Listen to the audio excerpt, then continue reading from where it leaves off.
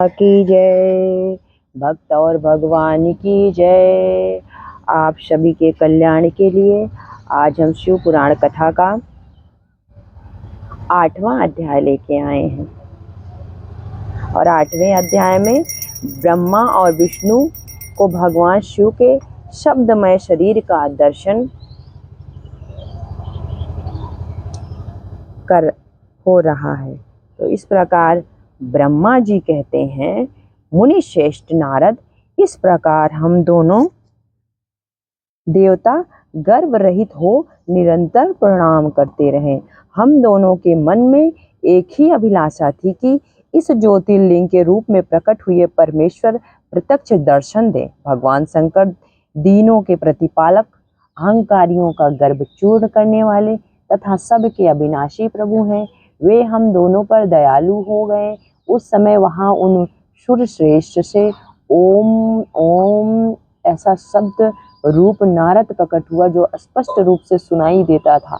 वह नाद लुप्त स्वर में अभिव्यक्त हुआ था। जोर से प्रकट होने वाले उस शब्द के विषय में यह क्या है, ऐसा सोचते हुए समस्त देवताओं के आराध्य भगवान विष्णु मेरे साथ संतुष्ट चित्त से खड़े रहे। वे सर्वथा वैर भाव से रहित थे। उन्होंने लिंग के दक्षिण भाग में सनातन आदि वर्ण आकार का दर्शन किया। उत्तर भाग में उकार का, मध्य भाग में मकार का, उत्तर भाग में लिंग के उत्तर भाग में ऊकार और मध्य भाग में मकार और अंत में ओम, इस नाद का साक्षात दर्शन एवं अनुभव किया। दक्षिण भाग में प्रकट हुए आदि वर्ण आकार को सूर्य मंडल के समान तेजोमय देखकर जब उन्होंने उत्तर भाग में दृष्टिपात किया, तब वहाँ उकार वर्ण अग्नि के समान दीप्तिशाला दिखाई दिया।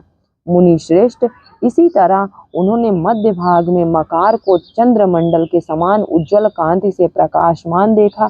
तदंतर जब उसके ऊपर दृष्टि डाली, तब शुद्ध स्फटिक मणि के समान निर्मल प्रभा से युक्त, तुरीयातीत, अमल, निष्कल, निरुपद्र, निर्द्वंद, अदिति, शून्यमय, बाह्य और अभ्यंतर के भेद से रहित, बाह्यांतर भेद से युक्त, जगत के भीतर और बाहर स्वयं ही स्थित, आदि मध्य और अंत से रहित, आनंद के आदि कारण तथा सबके परम आश्रय, सत्य, आनंद एवं अमृत स्वरूप परम ब्रह्म का साक्षात्कार किया। उस समय श्री हरि यह सोचने लगे कि यह अग्नि स्तंभ यहाँ कहाँ से प्रकट हुआ है। हम दोनों फिर इसकी परीक्षा करें। मैं इस अनुपम अनल स्तंभ के नीचे जाऊंगा। ऐसा विचार करते हुए श्री हरि वेद और शब्द दोनों के आवेश से युक्त विश्व आत्मा शिव का चिंतन किया। तब वहाँ एक ऋषि प्रकट हुए जो ऋषि समूह के परम सार स्वरूप माने जाते हैं। उन्हीं ऋषि के द्वारा परमेश्वर श्री विष्णु ने जाना कि इस शब्द ब्रह्म शरीर वाले परम लिंग के रूप में साक्षात पर ब्रह्म स्वरूप महादेव जी ही यहाँ प्रकट हुए हैं। ये चिंता रहित अथवा अचिंत्य रुद्र है। जहाँ जाकर मन सहित वाणी उसे प्राप्त किए बिना ही लौट आती है। उस परम ब्रह्म परमात्मा शिव का वाचक एक अक्षर प्रणव ही है। वे इसके वाच्य अर्थ रूप है। वह परम कारण, ऋतु, सत्य, आनंद एवं अमृत स्वरूप है। परात पर परम ब्रह्मा एक अक्षर का वाच्य है। प्रणव के एक अक्षर आकार से जगत के बीजभूत अंड जन्मा भगवान ब्रह्म का बोध होता है। उसके दूसरे एक अक्षर उकार से परम कारण रूप श्री हरि का बोध होता है और तीसरे एक अक्षर मकार से भगवान नील लोहित शिव का ज्ञान होता है। आकार सृष्टि करता है, उकार मोह में डालने वाला है और मकार नित्य अनुग्रह करने वाला है। मकार बोध सर्वव्यापी शिव बीज मात्र के स्वामी है और आकार संज्ञक मुझ ब्रह्मा को बीज कहते हैं। उकार नामधारी श्री हरि योनि है। प्रधान और पुरुष के भी ईश्वर जो महेश्वर हैं, वे बीज और योनि भी हैं। उन्हीं को नाद कहा गया है। उनके भीतर सबका समावेश है। बीजी अपनी इच्छा से ही अपने बीज को अनेक रूपों में विभक्त करके स्थित है। इन बीजी भगवान महेश्वर के लिंग से आकार रूप बीज प्रकट हुआ, जो उकार रूप योनि में स्थापित होकर सब ओर बढ़ने लगा। वह स्वर्णमय अंड के रूप में ही बताने योग्य था। उसका और कोई विशेष लक्षण नहीं लक्षित होता था। वह दिव्य अंड अनेक वर्षों तक जल में ही स्थित रहा। तदंतर 1000 वर्ष के बाद उस अंड के 2 टुकड़े हो गए। जल में स्थित हुआ वह अंड अजन्मा ब्रह्मा जी की उत्पत्ति का स्थान था और साक्षात महेश्वर के आघात फूटकर 2 भागों में बट गया था। उस अवस्था में उसका ऊपर स्थित हुआ स्वर्णमय कपाल बड़ी शोभा पाने लगा। वहीं दोलक के रूप में प्रकट हुआ तथा जो उसका दूसरा नीचे वाला कपाल था, वहीं यहाँ 5 लक्षणों से युक्त पृथ्वी है। उस अंड से चतुर्मुख ब्रह्मा उत्पन्न हुए, जिनकी का संज्ञा है। वे समस्त लोकों के स्पष्टा हैं। इस प्रकार वे भगवान महेश्वर ही आ, उ और मा इन त्रिविध रूपों में वर्णित हुए हैं। इसी अभिप्राय से उन ज्योतिर्लिंग स्वरूप सदाशिव ने ओम ओम ऐसा कहा। यह बात यजुर्वेद के श्रेष्ठ मंत्र कहते हैं। यजुर्वेद के श्रेष्ठ मंत्रों का यह कथन सुनकर ऋचाओं और साम मंत्रों ने भी हमसे आदर पूर्वक कहा, हे हरे, हे ब्राह्मण, यह बात ऐसी ही है।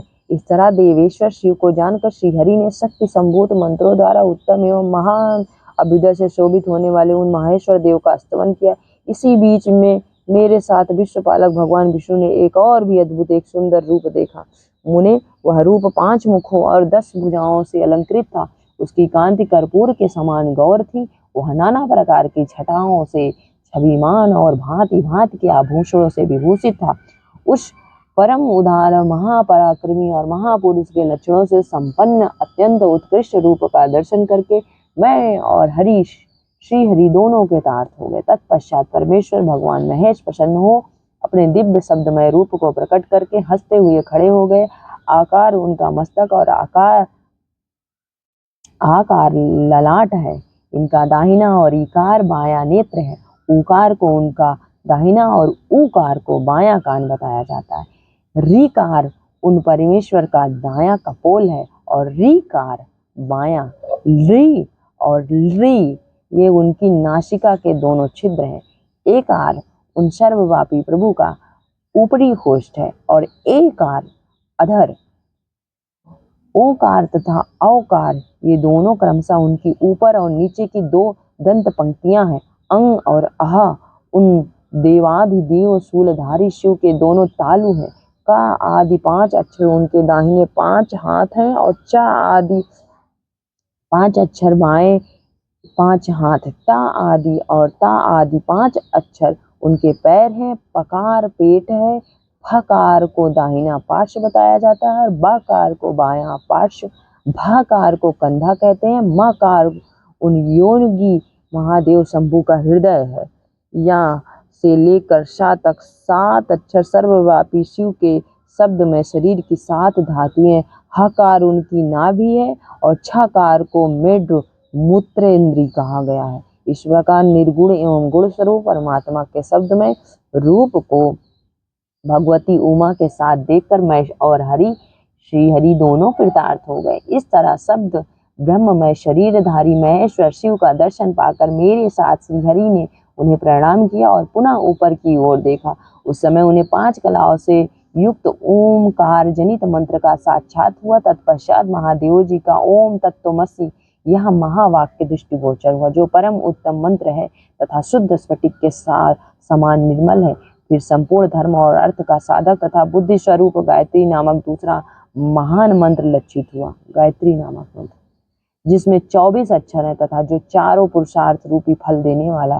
तत्पश्चात मृत्युंजय मंत्र है।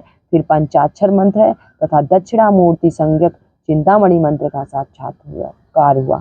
इस प्रकार 5 मंत्रों की उपलब्धि करके भगवान श्रीहरि उनका जप करने लगे। तदंतर ऋक, यजु और साम ये जिनके रूप हैं, जो ईशो के मुकुट मणि शान है, जो पुरातन पुरुष हैं, जिनका हृदय अघोर अर्थात सौम्य है, जो हृदय को प्रिय लगने वाले सर्वगुरु सदाशिव हैं, जिनके चरण वाम परम सुंदर हैं, जो महान देवता हैं और महान सर्पराज को आभूषण के रूप में धारण करते हैं, जिनके सभी ओर पैर और सभी ओर नेत्र हैं, जो मुझ ब्रह्मा के भी अधिपति कल्याणकारी तथा सृष्टि पालन एवं संहार करने वाले हैं।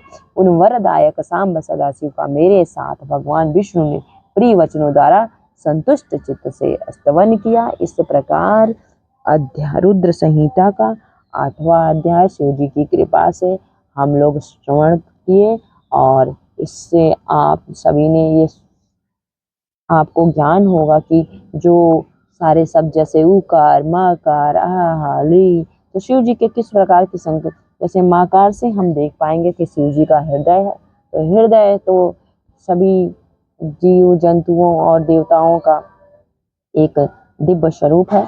तो आप मकार का जाप कर सकते हैं। मकार, हाँ, महेश्वर सूत्र। इस प्रकार आप सभी को इस कथा का पुण्य प्राप्त हो, आपका कल्याण हो, ऐसी हमारी शिव जी से कृपा। 5 मंत्र जो विशेष था उसमें सबसे पहला मंत्र था महादेव जी का ओम तत्वमसि। यह महावाक्य दृष्टिगोचर हुआ जो परम उत्तर मंत्र रूप है तथा शुद्ध स्फटिक के समान निर्मल है। ओम तत्वमसि। फिर संपूर्ण धर्म और अर्थ का साधक बुद्धि स्वरूप गायत्री नामक मंत्र, जो हम गायत्री मंत्र पढ़ते हैं वो शिव जी का दूसरा मंत्र है। शिव जी के मुख से दूसरा महान मंत्र लक्षित हुआ जिसमें 24 अक्षर हैं तथा जो चारों पुरुषार्थ रूपी फल देने वाला है। तो मतलब आप गायत्री मंत्र को जप करते हैं तो आपको चारों पुरुषार्थों की सिद्धि प्राप्त हो सकती है। तो इस प्रकार, और जो तीसरा मंत्र है तत्पश्चात मृत्युंजय, जिसे हम महामृत्युंजय के नाम से जानते हैं, वो उस मंत्र का जाप आप कर सकते हैं। और चौथा मंत्र है पंचाक्षर, जिसे हम ओम नमः शिवाय कहते हैं, तथा दक्षिण मूर्ति संज्ञक चिंतामणि मंत्र का साक्षात्कार हुआ। इस प्रकार दक्षिण मूर्ति संज्ञक ये हमारा 5वां है। वह इस प्रकार 5 मंत्रों की उपलब्धि करके भगवान श्री हरि उनका जप करने लगे। तो इस प्रकार ये 5 सिद्ध मंत्र हैं जिसमें आप सभी जानते हैं कि पंचाक्षर मंत्र और गायत्री मंत्र बहुत प्रसिद्ध मंत्र है, जिन्हें योगी, ऋषि, मुनि, गृहस्थ सभी नाम जप करते हैं। तो आप गायत्री मंत्र का जप करिए। यदि आप हिंदू धर्म से हैं तो आप सभी गायत्री मंत्र का अवश्य जप करिए। एक माला जितना सुबह सूर्योदय से जितना सुबह उठ पाए, 3:30 बजे, 4 बजे, 5 बजे, सूर्योदय से पहले गायत्री मंत्र की एक माला कम से कम, मतलब कि 108 बार आपके पास समय है तो जरूर करें। इससे आपका कल्याण होगा, शिव जी आपका कल्याण करेंगे। आप सभी का कल्याण हो ऐसी हमारी मनोकामना है और शिव जी की कृपा है आप सभी का कल्याण हो। हर हर महादेव, जय श्री राम, सीताराम।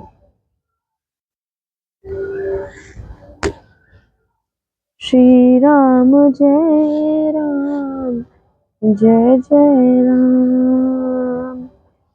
श्री राम जय राम, जय जय राम।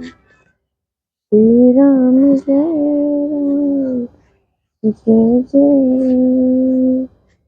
श्री राम जय राम, जय जय राम। श्री राम जय राम, जय जय राम। श्री राम जय राम, जय जय राम।